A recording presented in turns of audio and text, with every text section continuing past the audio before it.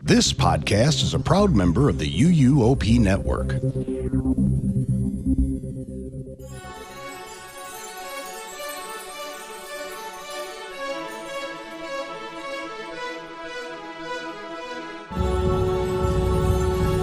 This is episode 703 of the unofficial Universal Orlando podcast for February 25th, 2026.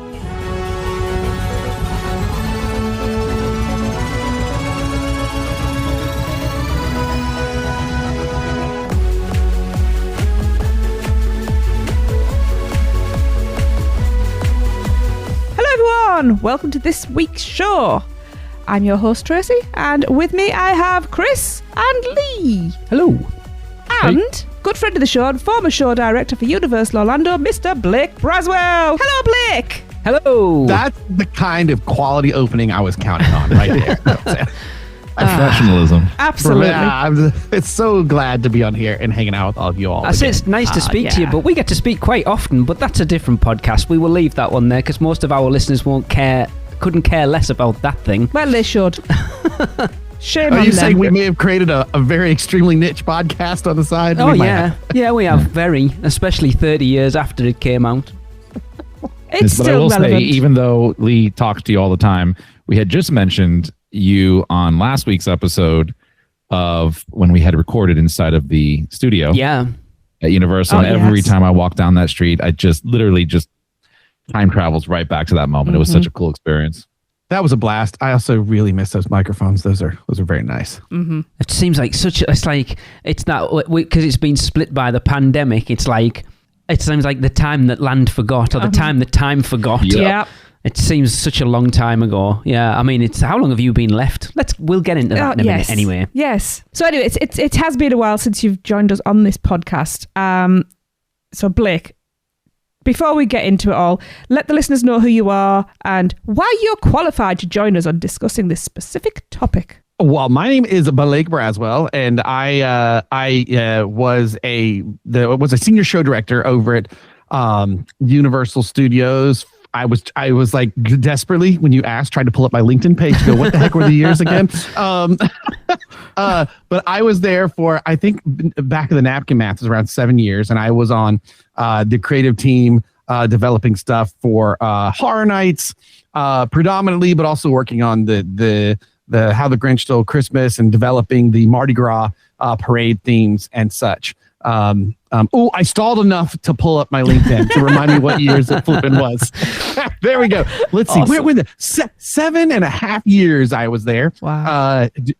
Doing that stuff. I think the very first year though, I was also double dutying as a performer over at Universal as well, doing the wand pairing and the Potter Nice. puppet show. I'm over there. so disappointed we never got to do Ollivanders with you as a wand keeper. awesome. Would have been amazing. Oh, I was one of the few people who are cleared to do it with a Scottish accent. Yeah, I know. We've had that conversation before. it. It's Did we because talk you about can't that? do a Yeah, British we did. accent. I've never heard this. Yes, it's because his British accent's terrible and his Scottish is barely passable.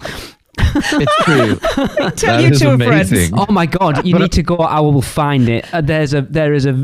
So before working at Universal, Blake, you were also at Disney, weren't you? Yep, I was. Yeah, I was one of the equity performers over there doing the Jack Sparrow sword fighting show, the pirate tutorial. I did the Pirates and Pals adventure. I was friends with Crush over at Turtle Talk. I was World Showcase, you were one of the player. world there. That's where I was going. There is a video of the Christmas Carol I've seen it. with a good friend of ours also who was a wand keeper who now works at Epic Universe, and that is hilarious. You were also Scottish in that, Blake, if I do remember rightly. I was. That was the shortest callback I ever had at Disney because they called me in back to come back and read for it, and I walked in and they're, hey, here's what you want to do. Like, come out of the room. We want you to just come in and make up a story. I don't know, about like a dragon and a princess. And I was like, okay, cool. Walked in the room. I kicked the door and I was like, lords and ladies, I've come to get here. And they're like, stop, you're fine. You're good. You go home. I got like 4 or 5. I legitimately burst the door in to tell the story. And then I had a contract in like 2 weeks or something. I don't know. Fantastic. It's a I'm not going to lie. That was a really good accent. Every Scottish person listening to this podcast is going, yeah, no, it wasn't Chris. No. Like we always say this, right? As like Americans, like we hear accents like, oh my God, that's such a good British accent. Lee and Trace are like, that was shit. That sounded terrible. Well, that part of is Australia actually, are they from? so what was, because that had to be so big and broad. What I did tell guests though that would come up and like who were from Scotland, be like, you from Scotland? I was like, oh, but I moved here when I was like 12 with my family. Brilliant. And they're like, oh, okay, because I can hear like, and I'm like, okay, if I can make you believe that, I feel like I'm exactly. I feel like I'm doing pretty good. But I did use the Wand Keeper because it was a quieter, more intimate thing. Yes. I did really try to use that to specifically try to narrow down on like a Drumnadrockety Highland Scottish accent. Like I was trying to narrow it down because it's such a quieter thing there. Try to do something a little more realistic. I'm coming for Tracy though because I'm currently listening to Bob Mortimer's audiobook on his life. So I'm coming after Middleborough's accent next. I'm not ready to toss it out yet. To be fair, Blake, Tracy doesn't really have a Middlesbrough accent. I don't, but I can help. And it's also Can you fake one? Or do one? Why was I thinking that that's where you were from? She is, but she doesn't have that accent. Oh, gotcha. But first of all, we just call it Borough. Borough. I'm a Borough lass. A Borough lass. So it's been quite a while with that accent. since we've had you on the show. You've been on many. I want to say 2022 was the last time we had you on. Like Chris pointed out, we got to interview in the broadcast centre, which was amazing. I think you were actually the last official sort of PR interview that we ever did with anyone at Universal. Remotely, we did a few at Epic Universe for the media event. And then I did one with you guys after I had left, and I was either in Connecticut or in Tennessee. Yeah, that was working 2022. Right? You did. We talked about the 5 treatments you did for the 5 houses at Horror Nights that year. Right. Yeah. But yeah, it's nice to have you it doesn't back feel on. like it was that long ago. I was about to say, man, time travel. It really was. Applies, literally. Cool. Jeez. Right. Well, moving on, as Blake is on specifically to talk about the new exhibit that is taking place in Philadelphia, because apparently it's always sunny in Philadelphia, but it didn't look it with the video we watched today. It looked a bit cold, to be fair. But if you haven't heard about this new exhibit, before we get into talking to Blake about it specifically, step inside the creative and innovative world of theme parks through the lens of Universal's fan favourite attractions, including Jaws, Illumination's Minions, The Secret Life of Pets and Sing, Super Nintendo World in all caps, Jurassic World, DreamWorks Animation's How to Train Your Dragon, Universal Monsters, and more. Always like more. Yeah. Explore the storytelling, innovation, and world building behind Universal's legendary creations, from the world-famous studio tour to the all-new Epic Universe, and experience artistry, creativity, and technology that turn ideas into groundbreaking global attractions. Created and developed by the Franklin Institute in partnership with Universal Destinations and Experiences. Awesome. So Blake, will you please tell us all about your experience? Well, I mean, first and foremost, there was a very specific reason you were there, wasn't there, Blake? I was going to say, I'm even more of a, I don't want to say an expert, but more of another reason I should speak on this is my sister, Patty Braswell, or Patty Hunter. Now it works for location-based experiences for Universal, and this was she's actually now moved out your way, out in the UK, but this was one of the last projects in the States that she was wrapping up. So she came back to see this thing through, and so I got to be her +1 to come hang out for the gala event before the opening day on Valentine's Day on this past Saturday, and it was amazing. Like it means I doubly got to experience both. I saw old friends, both in person as well as those like whose work is at the location as well, or there might be videos and stuff of them. Yes, at work. But I also just got to see my sister's work, which was amazing, and I could not be more proud. She doesn't seem much like a little sister when she's out there doing that. It was pretty amazing walking into the event, and like, you know, the soiree is all set up around the giant Ben Franklin statue in the middle of there. Mm-hmm. We got all this food and drinks, and just everybody's coming up to my sister to take a picture with her, and I was like, this is so cool. That is awesome. So you're saying creativity just runs inside the Braswell blood? Oh, it does. It's so funny because I did theater at the very end of, I got into theater very late, and I might be repeating stuff from previous pods, but I apologize. But I didn't get into it like a lot of the people that I did theater at college with who were like from little kids. But because I got into it later, and my sister, she's like 4.5 years younger than me, she did like a play. And I remember I came back to my high school and helped her with some makeup for The Crucible, of all things. Wow. She was the one who screamed, seeing that she could see this stuff happening in the courtroom. She was awesome. And she did some stuff and was like, not for me, and got a degree in sports medicine and then a master's in parks, rec, and management. But she ended up getting into the technical side of entertainment, kind of a backwards way into Universal as a tech, one of the techs, whatever does pyro, that kind of stuff, staging and rigging, and then she kind of worked her way up and left to go work for Nickelodeon to become a producer at Nickelodeon, and then Universal brought her back to sort of run things on the staging, rigging, and tech kind of thing. And for this brief time, there was this awesome moment where it was me and Patty working on Horror Nights together. If you'd ask my parents, they would tell you that we ran the whole show. So it was my job with the scenic designers to come up with crazy stuff to do. She's the one that got to sit across from us and go, what are you fools thinking? We have to realistically do this. And so she's the one who had to make our craziness actually come to life. But that was a cool experience too, because she changed a lot how that whole system works, where long story short, people that have to make the reality and people that create the fantasy, there's always a tug and pull, right? Yeah, it's of like one course. group, like dreaming big, the other group's like, this is great, but like we have to actually do a thing, right? And her goal was to do the big dream and really facilitated like communication much earlier, starting things sooner, looping in groups before, getting designers on things quicker and stuff.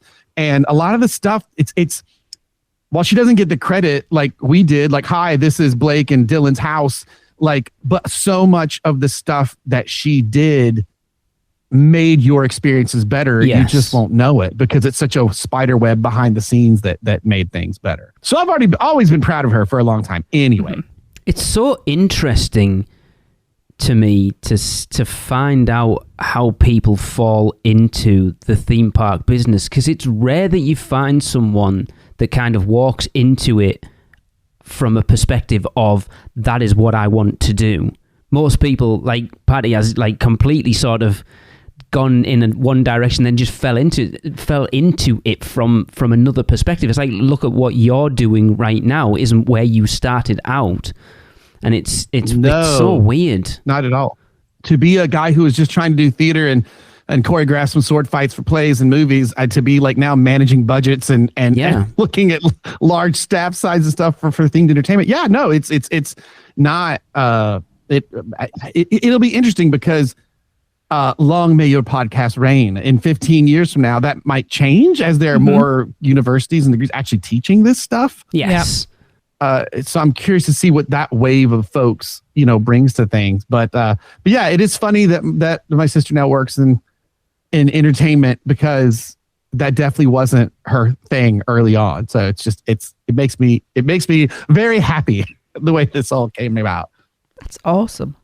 Yeah. I mean, like you said, we watched the video. I give a plug to Vincent Vision. We watched his video. He went down for the opening day of it to kind of have a look round. How was it? I mean, I assume you'd spoken to Paddy about it beforehand, so you knew what you were walking into, or did you walk in not knowing what it was going to be? Actually, she, we had talked, and I knew she was trying to curate this thing and get all the, get all the pieces and parts there. And I'll tell you what's really cool is, if you saw this any other theme park, I don't think what happened would have happened without her being there, because she was attached to entertainment. Now, this is going to sound weird for a lot of folks, but I don't know. A lot of your listeners might understand the nuance too of this. Like, it's like you have the creators of entertainment at Disney, and then you have Disney Imagineering, and they both do very different things, right? Even though they're kind of coming together. And Universal is similar with, you've got Creative, which is really responsible for the lands and the attractions and these kind of things.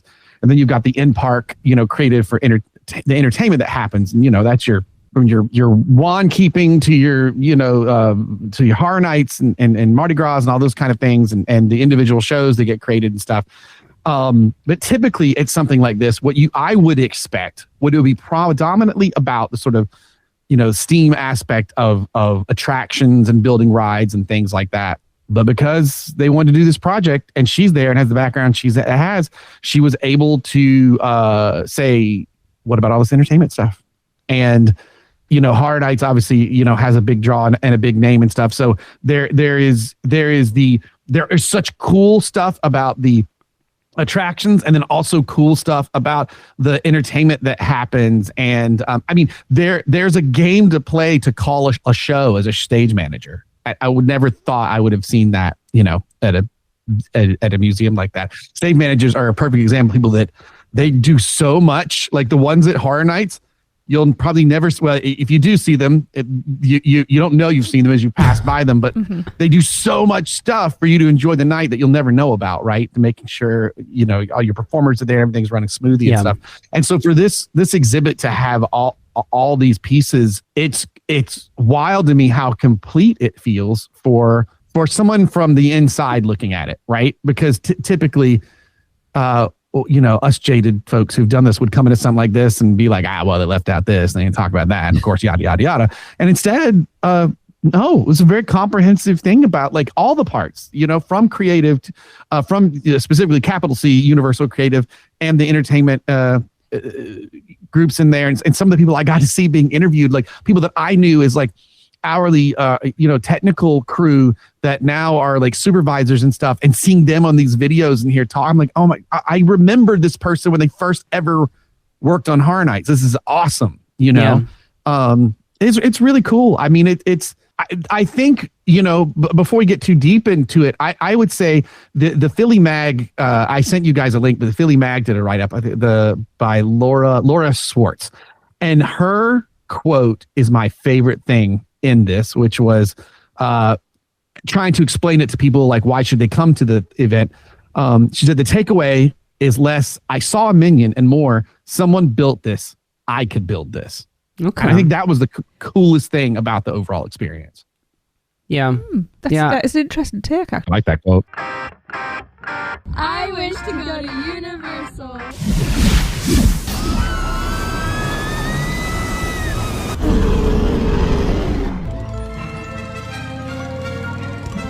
Right, off you go.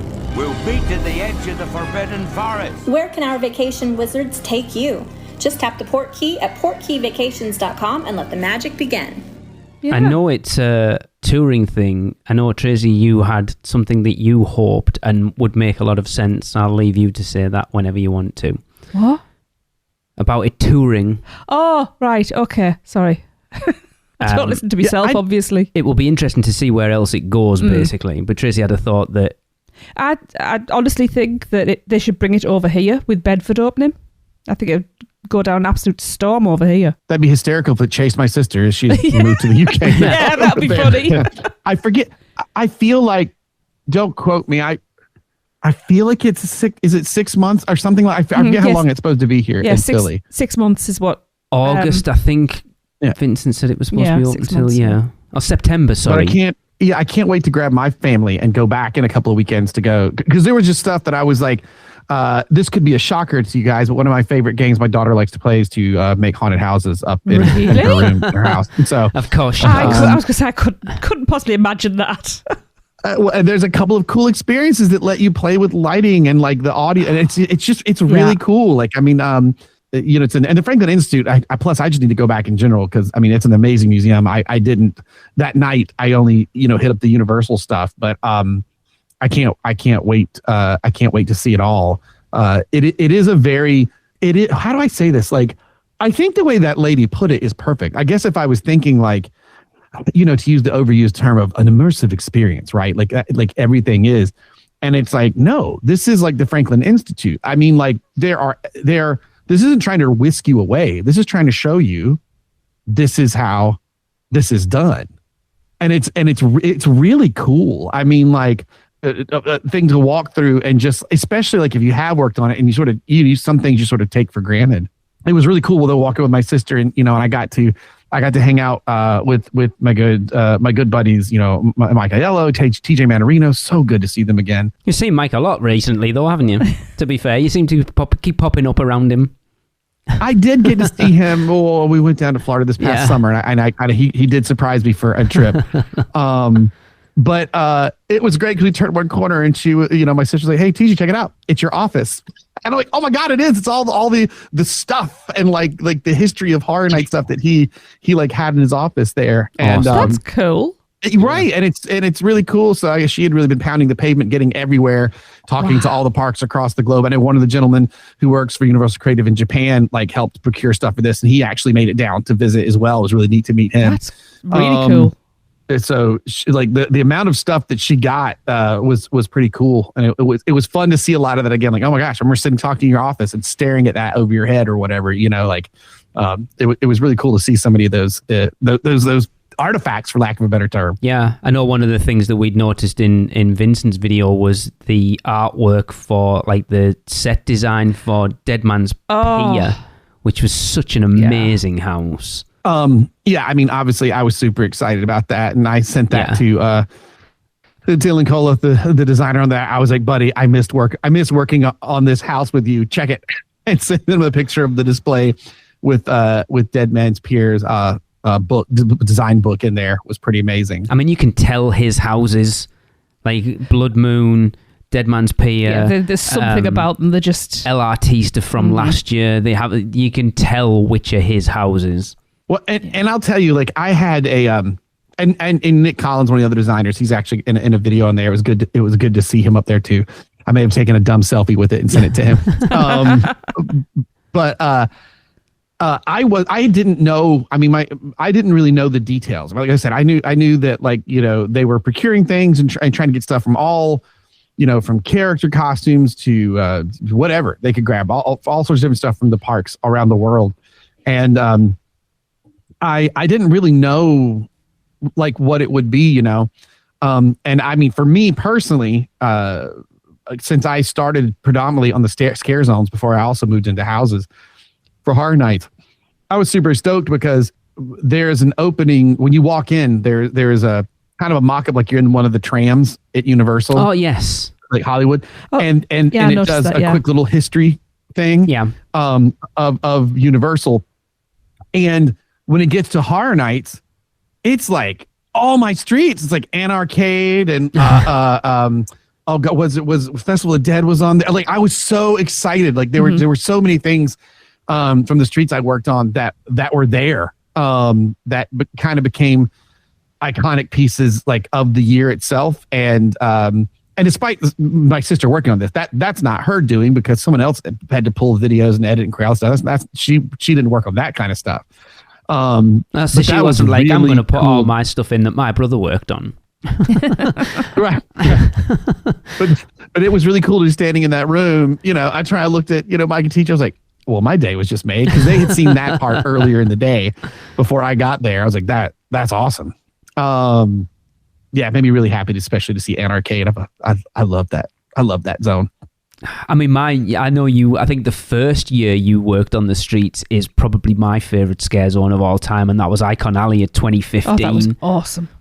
That spent a lot of time was there. Amazing. I'm trying to remember the ones that I think it was Anarcade. Didn't you do Vanity Ball? Twisted Traditions also made it into the stuff that was there at the bar. Yep, I did Vanity Ball as well, and the Undead Vikings. And I was really stoked to see. I would have to go back because of the way that you're in it. There's actually screens all around you, so I don't know if I might have missed. Yeah. Looking at it, but it was really cool. I was like, I was talking, it says something about like, and then, it brought horror to life or something like that. And then it talks about Halloween Horror Nights. And I was like, oh, that's so cool to see all this stuff.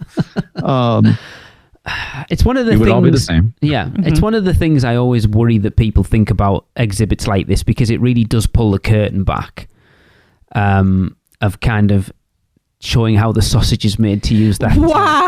To use that phrase. I think it gives a taste of it. I would say the same thing. Like, I wonder how this is gonna feel, but it reminded me a lot of we had a thing called Art of Tomorrow. I would work on with TJ Matarino, and it was this thing where 8th grade we'd work with 8th grade kids in underserved schools, that showing them the kind of jobs and stuff you could have in entertainment, that, it wasn't just being a performer or getting on stage and singing, whatever. that it was creating these stories, costume design, and we would work with them to develop their own stories that we would produce on stage at the end of their school year, and they'd come see it. It was really cool. And so we worked a lot in the beginning and getting some stuff Universal Creative as well to kind of show them the different jobs and things and careers and paths and that you could do. And by the way, program is super cool. As the kids continue with it, the group whittles down, but the final groups, there's like scholarships for nearby colleges and stuff. It's a really cool program that not a lot of people know about. Oh. But this reminded me of it, where it was like a taste of things. Like it's all physics one, where like you are dropping these marbles down a coaster run, and you can see yourself like if you don't do the speed at a certain consistency, it won't. So there's like some hands-on kind of exhibit stuff like that. There's a cool one about projection mapping and showing and it's all just kind of a taste of it a little bit. I think that I would hope that what you'd have a kid go, well, I'm going to look up more about that now. Yeah. And learn more about that kind of side of things. It's one of those things I know we've talked about a lot on here, and I'm sure Tracy and Chris will agree with me that it was one of the things that I worried about, sort of delving in behind the scenes and speaking to the amount of people we have spoken to who have been at Universal and worked on attractions and stuff, that pulling the curtain back would spoil things when visiting the parks. And I'm sure you'll agree, it for me, it's completely enhanced my love of these theme parks. Oh, without doubt. Yeah. I think so too. I mean, like, I got into how movies and stuff are made so early on that like I just enjoy that kind of stuff. I always know it's also a really good movie if I do not think about it my first time watching. Yeah. If I'm just like, oh, and then I'm like, oh, then the second time through, I'm like, oh my God, I didn't notice how good this particularly how good this whatever effect was or that, because I was just so into the film itself. And I think that's the same thing. I mean, like, just because that there's a scientific reason they pulled off the magic, it doesn't make it any less magical. It's still amazing. Someone still had to figure this stuff out and how to do it. And some of the stuff is like the simple stuff. Like there's a Horror Nights thing of like play with the lighting in a small room and like the audio and the effects in a room to kind of get different atmospheres. That's so easy. I mean, that's so simple. I mean, I joke about what my daughter knows, but we got color changing light bulbs and stuff that we can do all this stuff with, and we play different ambient music and stuff. But it's like that kind of thing that gives you just a little hint of like, oh yeah, look at how you can do. And of course, you've only got like so many options to play with. But I don't think that takes away from things, because you obviously know that there's so many more options, that people have and stuff. I think the coolest thing it does is just show you that all the way down to the smallest thing to the largest coaster, like there is somebody that is literally building it, as well as coming up with what it's going to be. And I guess that was a cool thing that the Franklin Institute. It's my understanding, by the way. I will make this clear. I was not in on the inner workings of this, but from my understanding, kind of talking to some of the people from Franklin Institute and stuff, those evenings and stuff, was they really wanted like the people who actually did the stuff, that like when I say I saw like the guys who's, now like a supervisor and stuff on tech, and seeing him in the videos, they didn't want like just executives talking about how cool the park is. They wanted the people who really worked on stuff. And I thought that was pretty awesome. It's been quite interesting in 15 years of doing this podcast to see, like, one of the things I wanted to do when I started was to shed the light on those people like you, like Mike Aiello, like, Laura Sauls, these people whose names that people didn't know, and now Universal has started to do that. So I don't know whether you were specifically referencing, but one of the guys we saw in that video was Greg Hall, and I know we interviewed him about Velocicoaster when that opened, and like he's a person that everyone knows his name now. Shelby Oney is another one who, I've been talking to quite a bit because I know she's involved with the park coming over here, and it's like they're starting to what Disney have been doing for a long time, Universal have started to do now with their creative members, and it's good because that's those people whose passion it is for these attractions talking about the things that they've helped create. It makes such a difference. Greg Hall actually was cool seeing his video up there. That Art of Tomorrow program I talked about, the last time I worked on it, he got us a bunch of stuff to show the kids and everything.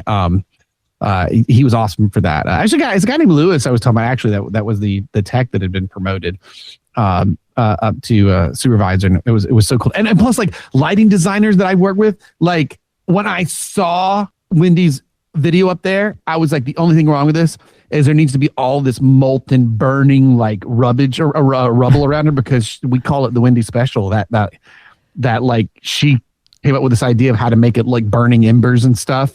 And I was like, oh, that's so cool. She's up there, because again, these are the people that literally make it happen. Yeah. Wendy's like, I'm gonna go ham on this float for Mardi Gras. See you in a little bit. Like, it's so cool. I mean, it was really awesome seeing, because you're very used to just one or two people they'll grab to talk. Even when they have like us talk about things, like it was nice to talk about. But like, man, I've got these scenic designers and we've got these lighting designers and effects designers and costume stuff that you really should be talking to too, because so much of what you love is what they've put on it. And I think that was when we doing the Art of Tomorrow with the kids. It was a big emphasis on like, there's not a person, that is this team that keeps making everything better. Mm-hmm. And this exhibit does a really good job of showing you that, like all the, how important these itty bitty details are, like, in the new Fantastic Beast areas and stuff that are in Epic, and all the little detail to see so close going, oh my gosh, will anyone even see some of this? This is amazing, like that it's that detailed. But it's really cool to see how much emphasis was put on the actual people making the thing. Mm-hmm. That's an interesting thing then, Blake, because a lot of it seemed to be heavily based on Epic Universe, and not having visited yet, do you feel that that's going to have spoiled some things for you going when you eventually get to go? Oh, nah. No, I don't think so. There wasn't really, it was a lot of like prop stuff for the Harry Potter pieces, but I don't think, there's like a character that I'm like, oh, I didn't know that was a character created for the Battle of the Ministry, but cool. Like, it doesn't really ruin anything. Was that Higgledy by any chance, the house elf? Yes. Yeah. I wasn't aware of that because I hadn't seen it yet. And I was like, oh, fun. That's cool. I mean, so I don't think that really messes anything up. There was, I feel like there actually wasn't a ton of Epic, or that it didn't feel like it was one more than the other. It felt sort of evenly distributed. I mean, Horror Nights and Dark Universe certainly got a good section out of the whole thing. Good. There was some awesome maquettes in there. I was going to say some awesome maquettes in there. I was like, I had to, honestly, I've got a Google thing because my brain kept saying macaque. So I was like, nope, it's not a primate. So yeah, maquette. There was very specifically an Usher maquette that I was like, oh my God, if they sold that in the park. That's the first thing I said was, why can't we buy these things? I was going to say blow my wad, but that's not quite what I meant. I mean, maybe I would. Yeah. Where's my sound effect board? All right. Yeah, some awesome stuff that there was the little model for the Phantom of the Opera scene in Monsters Unchained. Like, if they sold stuff like that, people like absolute theme park nerds like us would spend a fortune on it. It's like even like the white models. I love those as well. Yeah, fantastic. Oh yeah. I was surprised. The Usher one. I was like, have I seen this before? Because there are some things that I'm sure I actually saw over at Art and Design that you go by a million times, and now seeing them in a display and like set up, I'm like, did I see this? Like, am I, yeah. Or I'd say something, it's like, oh yeah, that was right in my office, like right here. And you're like, oh yeah, it was, wasn't it?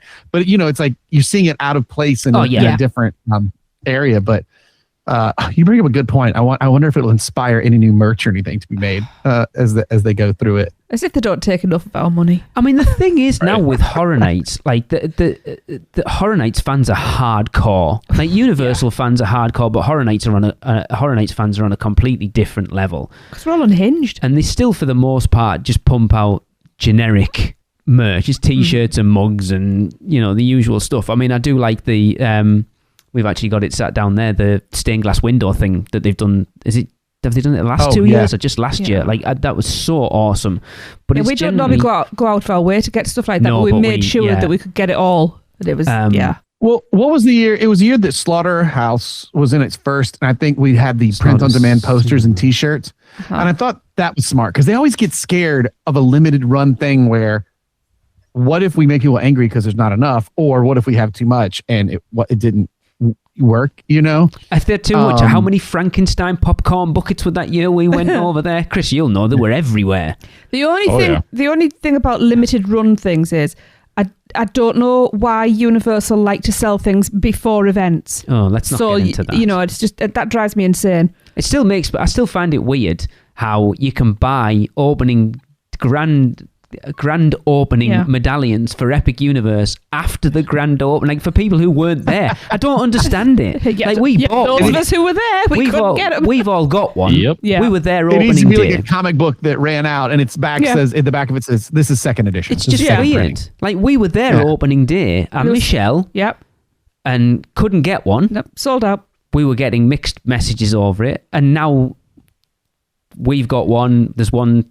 Friends of ours have one sat there for Chris and one for Michelle, but it's like there'll be all these people with grand opening medallions who weren't anywhere near the park on opening day. Maybe haven't even been to the park. I mean, maybe. It's very strange. Anyway. I guarantee you some that have it that hadn't been. Guaranteed. That's probably where they all went. Mr. eBay. Yep. But I tell you, one of the things I did really like, and I'd love to have it as like a big wall print, was there was like that big wall. I don't know what you call it. It wasn't a canvas, like a big thing with all the coasters from around the Universal parks around the globe, and it was just like a line drawing of the layout. That's so, again, if they did like a print of that, people would kill for it. Speaking of coasters, one of the cooler things there was what are they called? The white models. And they make like a coaster. Yeah. The white model of the Fast and Furious coaster for Hollywood is awesome looking. Yeah, that's what I was going to bring up. I don't think I understood the build that happened down that hillside to do it until like looking at it like that. You're like, oh my God, this is bonkers. Like that was really cool to see. I know as a kid that would be something I would glom onto with like the white models and stuff. Any models are cool though, aren't they? Like I love that. I would literally kill someone for that Epic Universe.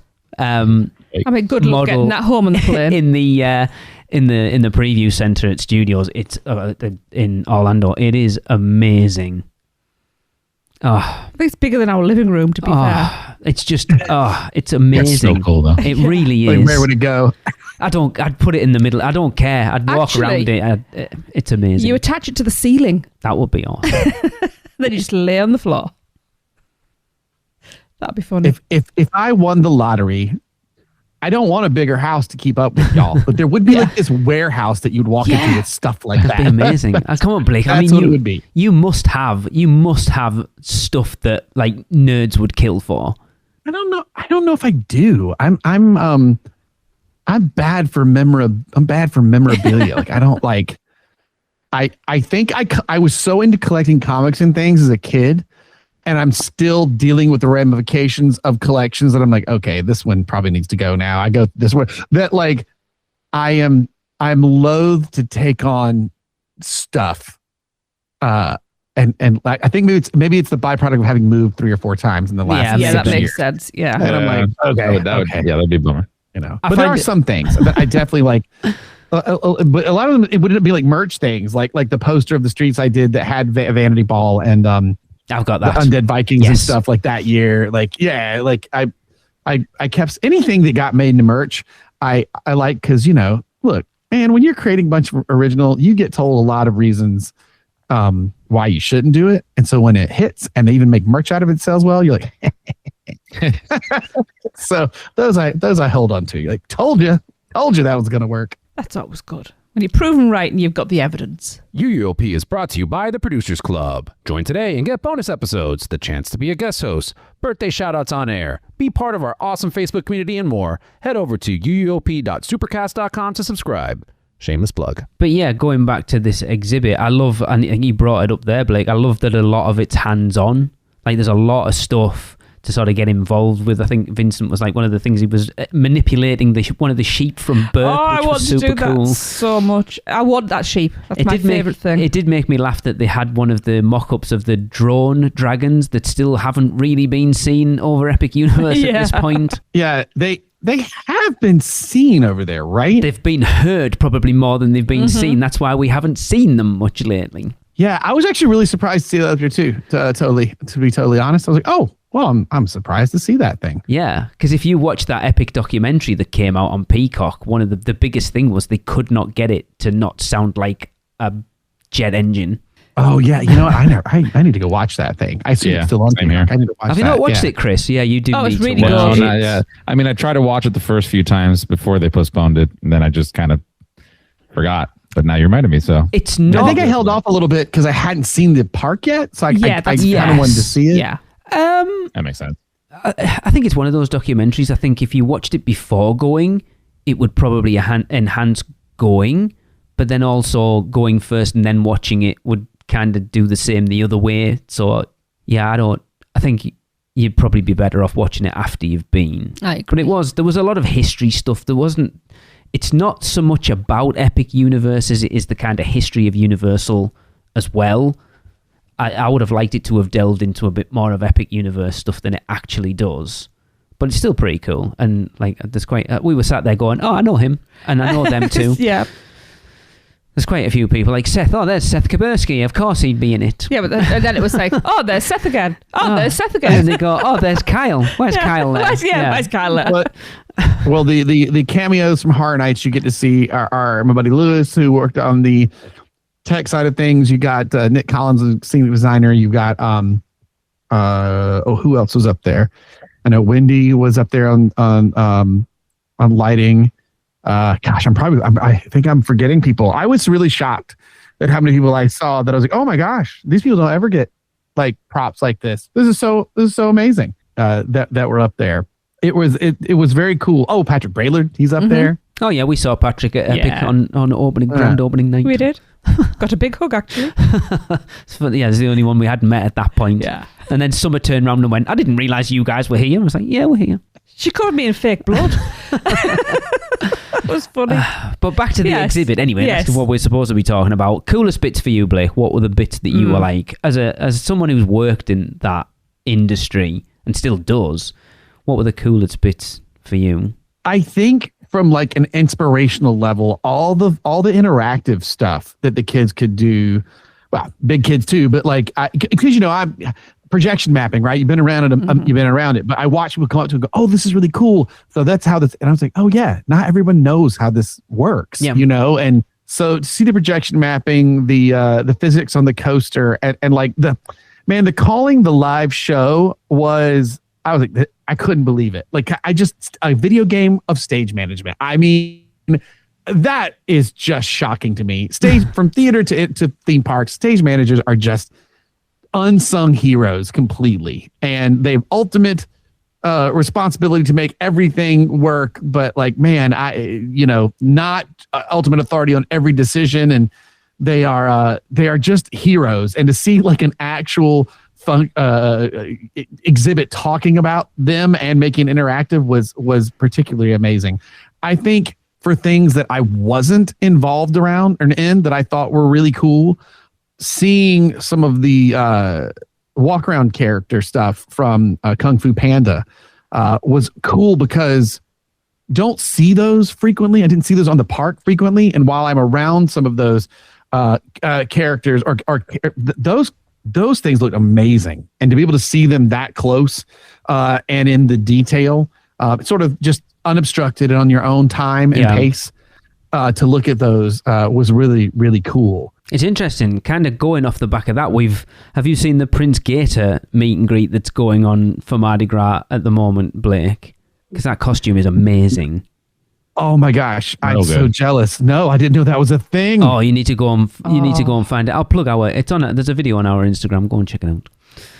It's awesome. Chris, you got to meet him, didn't you, when you were there for opening weekend? Yeah. We weren't even like going for that. He kind of pops out. We're like, oh, that looks amazing. Look at that guy. Yeah, he's awesome. Yeah, the detail on that costume is ridiculous, and it has like this.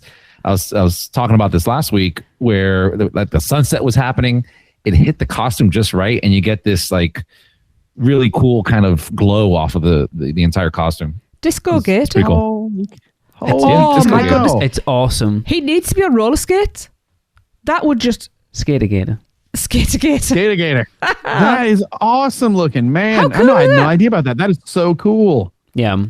I Maybe love next year we that. see his sister. It's just like the Earl the Squirrel thing. I really get Yeah. stoked when it's and like Jack the Clown and Chan. Mm-hmm. Like when the stuff that can be created originally Yes. lives like this. Yeah. That's awesome. It really That's is. so great. Yeah, yeah. I loved the sort of mock-ups for the heads of, I think there was the Wolfman from Monsters Unchained and Gillman from Oh, the Monsters Gillman was Unchained. I cool. love stuff like that. Chris, is this something that you would make an effort to go to? I don't know how far away Philly is from you. It's a few hour plane ride. I would definitely love to check it out. I mean, Alexa and I are huge museum people. Like we love going on vacation at different places and going to museums.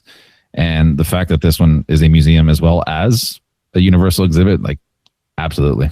Yeah, man. There's a flipping Wright brother plane hanging up in there. I guess they knew the founder of the Franklin Institute. They were like colleagues or friends or something with that person. So because I was like, that's a good replica. Like, no, that's real. I was like, it's too clean wow. and new. But it is, and it looks amazing. Wow. Do you have any insider knowledge, Blake, of where else this will be touring? I don't. I asked how long it was going to be here, and I didn't even think to ask like where it was next if it had been scheduled.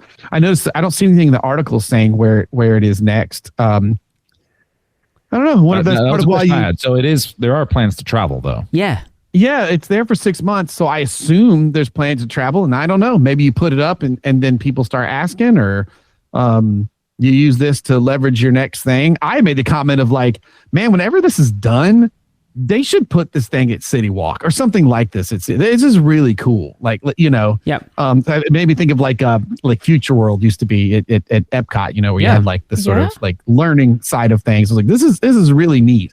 I'd love really that. well. The Great Movie Escape. No That's comment. a really good. No, so you I just replaced thought about that. Yeah, Just no, Blake that's a talking, I'm really like, good oh, idea. wow. Yeah, that would get people in. Even if you charge like a $5 cover charge to go in because it's on City Walk, it's not going to be free. But I know I think we talked about it the other week, Tracy. There was that. Oh, it might have been when we had Seth on. We talked about the Gardens of Allah because when the Gardens of Allah was getting done out. What was that, 5 to 10 years ago? Oh, so many the rumors big about rumor it. going around was it was going to be a Universal Orlando museum, and everyone was so bummed when it just turned out to be the media center. But putting something like that in there, or as a replacement to Fast and Furious Supercharged, they've got a whole building there. They could put something in. Well, that is also true. Oh yeah, I do. I am curious of what goes there. Oh, I think everybody is. you said that. You said that a little with some knowledge there, Blake. No, there is none. Something in your voice, Blake.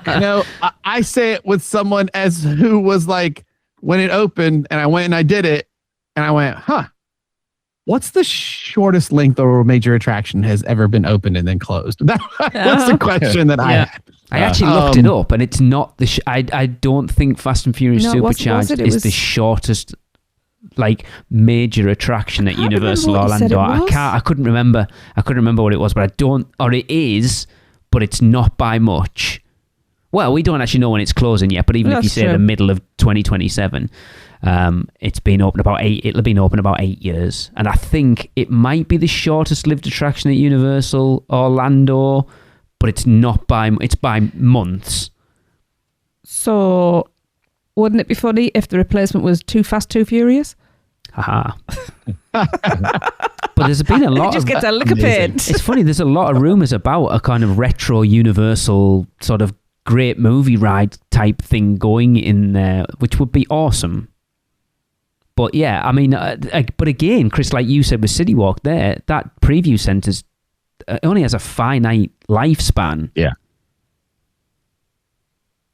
This Small museum space, would. though. That's what I'm saying. How big a space is this exhibit in, Blake? Like, how long would it take you to walk around it and kind of pay a reasonable amount of attention to everything? I mean, I think if you're like us, who's really into this stuff, you're going to be there for a little bit. I think. How long is a little bit in Blake terms? I was trying to think about in terms of like I was trying to think of like a haunted house, right? I was trying to think, what's a So good 2.5 minutes. length? Are we like the length of like a sprung tent house or something like that? Like, Really? I found it a good length. I mean, because I think That's what she said. with I think I was biting my lips so much there. oh man, because I think if you go too long, it fades away. I felt like things changed. Like you kind of have your opening, then you have the pre-show, I guess, then your opening. I really love the vibe that the opening is got artwork of storyboards everywhere, right? The beginning of the creative process. And so I was like, oh, this is really, I like this. And I think it's kind of like in sections, like you kind of go to that. And then the next one has some stuff about like some of the animatronics, like the sheep and stuff from Burke. And then you turn the corner at one point and it's like all dark with red light, and that's the horror night section. And I think stuff changed just enough, as you went along, that, as an adult, you're going to sit in there a little bit longer, I think, and look at everything. Yeah. As a kid, you might burn through quicker, but that's museums in general, I believe. Yes.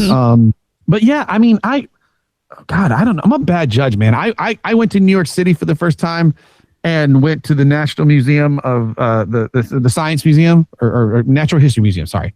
And I think 9 hours later, I realized I had to go and leave. So I'm not a bad judge for time because I like a museum. That's I like will hang us. out. Yeah. When we went and did the Harry Potter Warner Brothers studio tour over here, and this was before the added Gringotts and the Hogwarts Express and the Forbidden Forest, so in its initial iteration, and on the website there's the Q&A of like, how long will I need to spend here? And it's like the average person will take 3 to 4 hours. We were there for 7.5.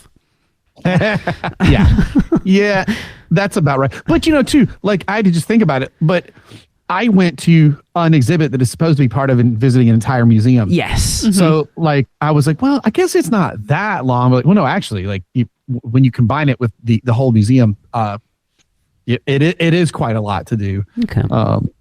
But I'm not sure how long it would actually take you. But if you're really going through and trying to mess with everything, what, an hour, like, shorter, longer? Yeah, well, I would say, yeah. I'm gonna guess. I bet it probably the average. Well, I'm just guessing. The average is a half hour, and then somewhere between 45 and an hour for folks who really want to like look and see each everything. Like I think we all would.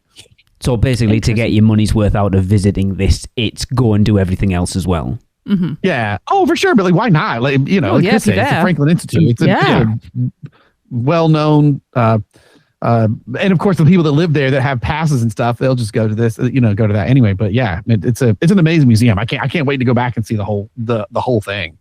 I love that Universal are really stepping out of Disney's shadow at this point and kind of, I know they've announced that we're here. People know what Universal is now. It's not like that sort of thing in the shadows behind Disney. They're very much, with Epic Universe, kind of announced they're here, but they're really being aggressive of pushing, we are here and we're not just playing second fiddle to Disney. We're here and we're here for the long haul, and we want to push everything along. We want everybody to know that we're here, because there's still a lot of people who don't know Universal exists. Tracy had the prime example today. We had a technician at the house repairing one of our appliances, and Tracy got talking about the podcast, and it said like coming out to Florida and things, and he asked what the podcast was about. So I said it's being vague, because that's what you tend to do. So I'd said it was on one of the theme parks in Orlando, and he straight away went, "Oh, Disney," and I was like, "No, no, the better side of that town." We worked there for years. The amount of times I would have like aunts visit or whatever, and they're like, "So why did Disney build this park further away from the other stuff?" What? This is Disney. This is Universal. Oh my God. You're like, but they don't. Yeah. I mean, look, guys, I can't tell you how many times people go to Hollywood studios very angry about we're not being able to find Harry Potter. Happens all the time. Oh, I've heard that a lot.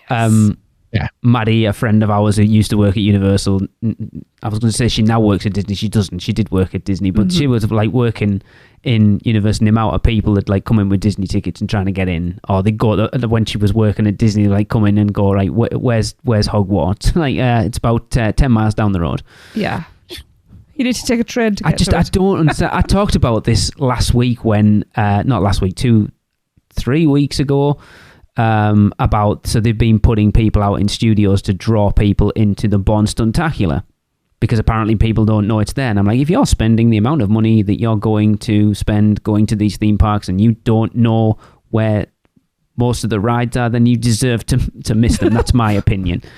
It could use, for as good as that show is, it could use a better marquee. It could use a bigger marquee. Yes. I'll say that. But even so, it doesn't. Anyway.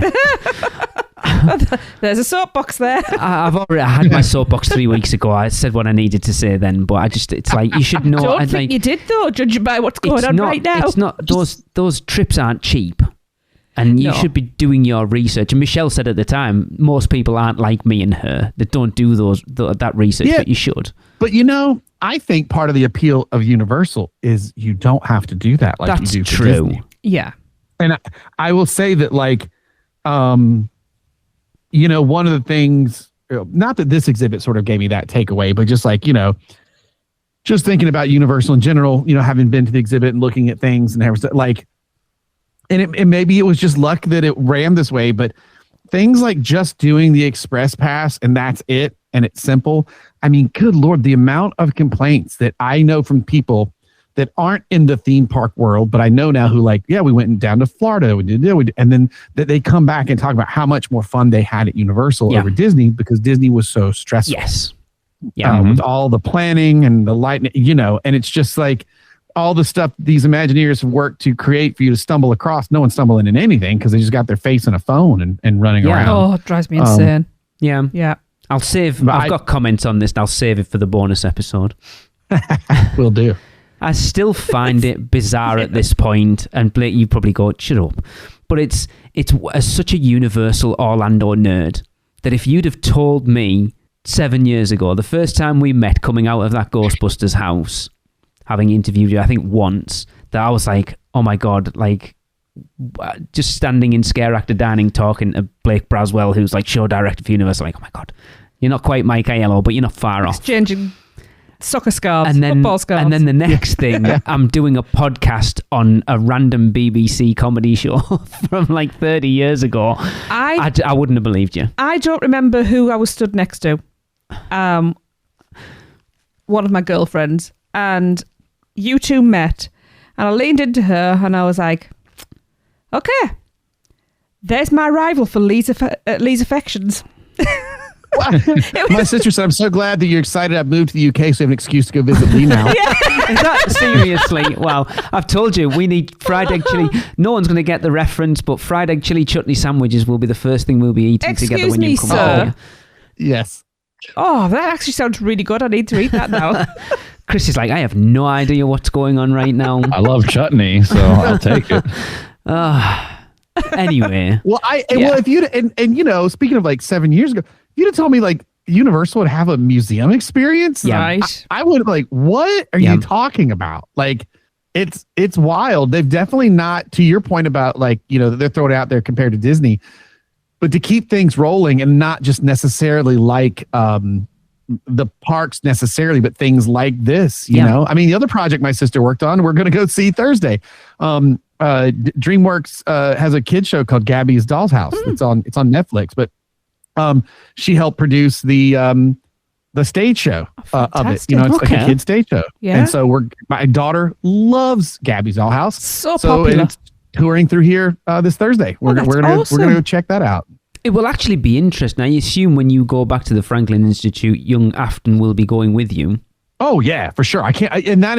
I'm super excited to see. She actually won't let me tell her anything about it. She's like, I don't want any spoilers. It'd be interesting to see how she gets on there. Yeah, she was mad that I sent a picture of something with the haunted houses to her mom that she saw. She was like, don't send anymore. I don't want to see spoilers. I just want to go see it. So, but I'm very curious to see her reaction to everything. So what I'm hearing then is we need another show with Afton's take. We'll interview Afton. That would be funny. Yeah, there you go. Yeah.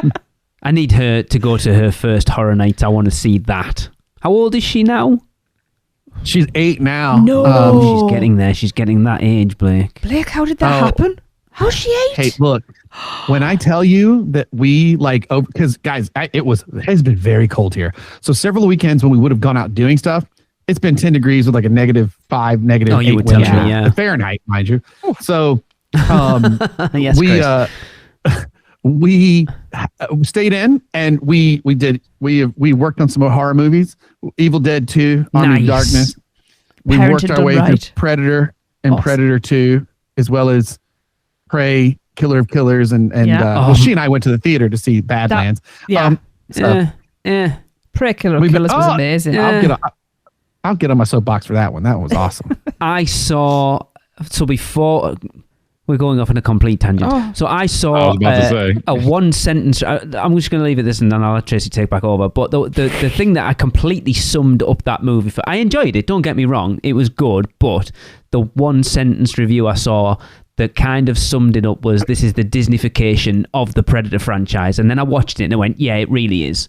Oh, I disagree because Daniel Trachtenberg made Prey as well. Like he's so good. They're two very different movies. What's the point of doing another movie where Predator hunts a bunch of people? I'm going to make Conan and a Predator movie together. And I'm like, hell yeah, you are. Let's do that. I'm here for it. I enjoyed it, but I have my issues with it anyway. Oh, you have issues with everything. Such a curmudgeon. Can you make that a UUOP shirt? You have issues with everything.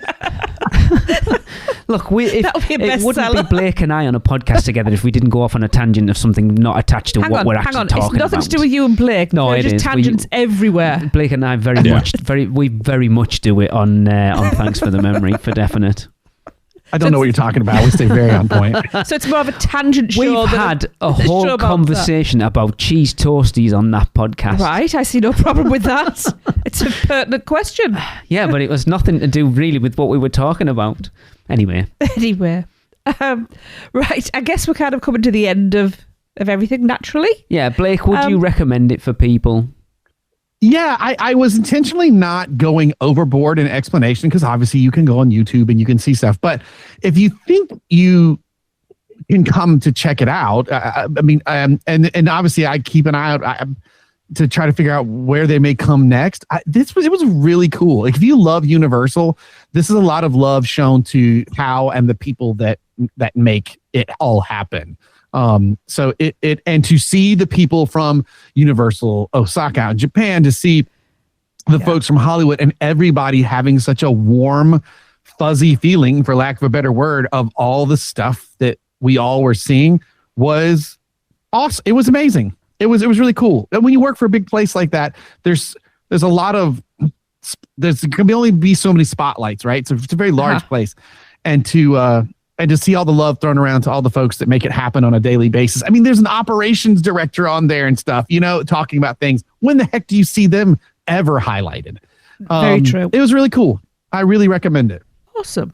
Cool. I wish we could get out to see when are we going, Lee? I know. I wish it was that easy. If I was going out to America right now, no offense, I would not be going to Franklin Institute. I'd be going to Orlando, but I'm not. We could do both. We could do a layover. That'd be cool. What you do is you do a layover and you come see me. It's an hour and a half away. Right? We can't afford. It's a train ride. You hop on the train, I'll pick you up. It's an hour and 10-minute train ride. It's even shorter train ride. I would just like to say as well, that's a bucket list thing of mine, is to ride an American train.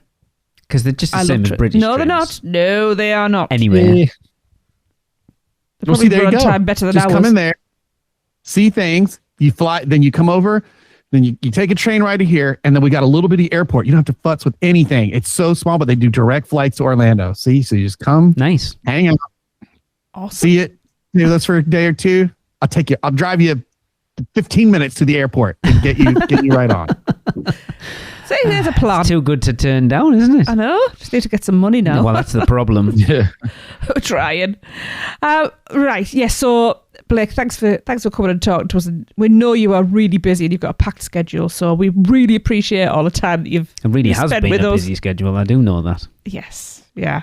So it's been a little bonkers lately. It So really has. I appreciate you guys having me on. This is always a delight. It's good to talk to you all again. We'd love having you on, Blake. Now, is there anything that you wanted to plug or tell our listeners about while we've got you here? Well, if you're ever up here around this way, again, I work for Mount Hope Estate and Winery as executive producer. They're the producers of the Pennsylvania Renaissance Fair and a ton of other entertainment that happens. We're doing this immersive interactive murder mystery right now, and then we'll do big Celtic music festivals and stuff. But if you go to parenfair.com, that's fair with an E at the end of it, and you can see all this myriad of things that we're up to right now. That sounds awesome. I really want to do that. Cool. Yeah. Okay, then. That's going to wrap up the podcast. Don't forget, we want you to try the 3 codes at Epic Universes. I Love Burke. Rate each 1 out of 5 and send those recordings to podcast@uuopodcast.com. And we'll see you next week for our next news show. See ya! That's the end of another stellar episode of UUOP. Use the Flu Network to give you access to us on Facebook, Instagram, X, YouTube, TikTok, and Pinterest. Just search UUO Podcast. And check out our blog at uuopodcast.com for everything else. Send your owls to us at podcast@uuopodcast.com. And if you want to join the Producers Club, jump down the warp pipe at uuop.supercast.com. It's alive on Apple Podcasts, Spotify, and everywhere else that podcasts are found. So please subscribe, rate, and review wherever you can. Dragons aren't the only way to get around. Email Michelle at portkeyvacations.com. She can take care of all aspects of your next Universal Orlando vacation. Listen to them, the children of the night, the children of the UUOP network. Rush of Fear Halloween Horror Nights podcast, the theme park duo for all your West Coast news and info. The Taste of Universal, Universal Orlando Food Podcast, Port Key Passport, an adult-centric Disney podcast, the unofficial Universal Great Britain podcast, and Big Dumb Stuff, our comedy, pop culture, and themed entertainment podcast. Make sure to subscribe and come back next week because in the end, it turns out all we needed was a little more of this.